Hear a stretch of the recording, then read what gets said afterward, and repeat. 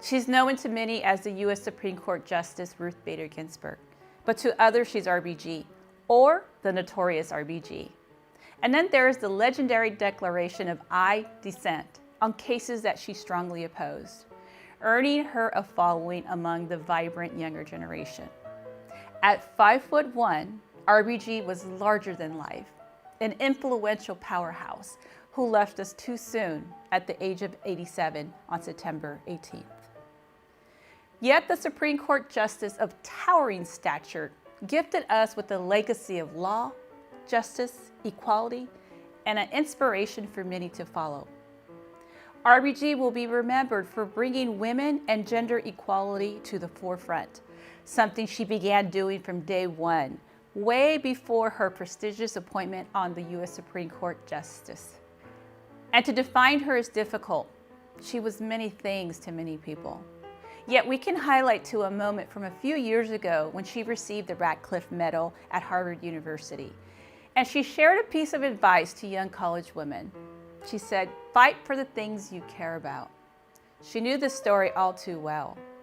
RBG was a teenager when she lost her mother to cancer. And though she was selected to speak at her high school graduation, she missed the pomps and circumstance, having seen her mother buried the day before. And what should have been a celebratory high school graduation day, she grieved with her father and remembered her mother, one who left her with some great advice: be a lady and be independent. Many agree her mother's spirit kept her pushing forward. In 1950, she enrolled at Cornell University, where male students outnumbered women. And there she met the love of her life, Marty. The two married in 1954, and after Cornell, she went on to Harvard Law School, then Columbia Law School. Her marriage to Marty defied stereotypes, and equality rang through the home in many forms, including both leading successful careers, both supporting each other in many ways, and him being the house chef.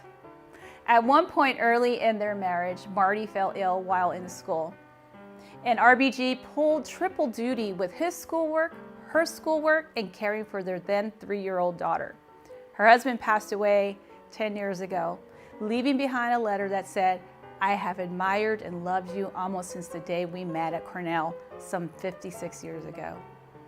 After graduating at the top of her class from law school in 1954, RBG found herself looked over by law firms that chose not to give her a time or day, likely the result of being female. But as she's been known to say before, and I quote, "So often in life, things that you regard as an impediment turn out to be a great good fortune."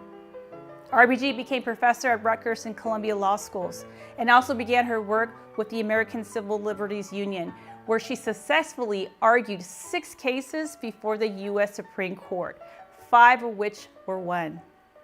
In 1980, she was appointed to the U.S. Court of Appeals and then to the Supreme Court in 1993. Before stepping into the Supreme Court, the Brooklyn native took on a variety of cases on gender discrimination, one of which landed in the Supreme Court. The Reed versus Reed in 1971 challenged the idea that a father had precedence in administering the estate of a passing child.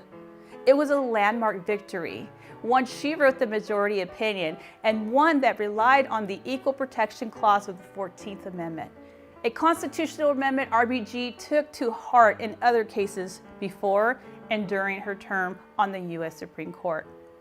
While on the U.S. Supreme Court, some of her well-known cases have included the U.S. versus Virginia in 1996, which struck down the military college's male-only admission policy, and Ledbetter versus Goodyear in 2007, the unsuccessful case that sought to prove discrimination in equal pay.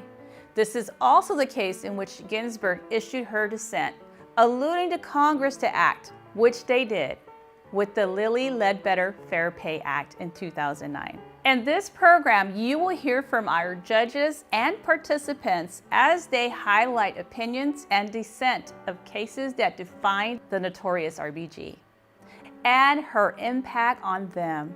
I hope you will enjoy.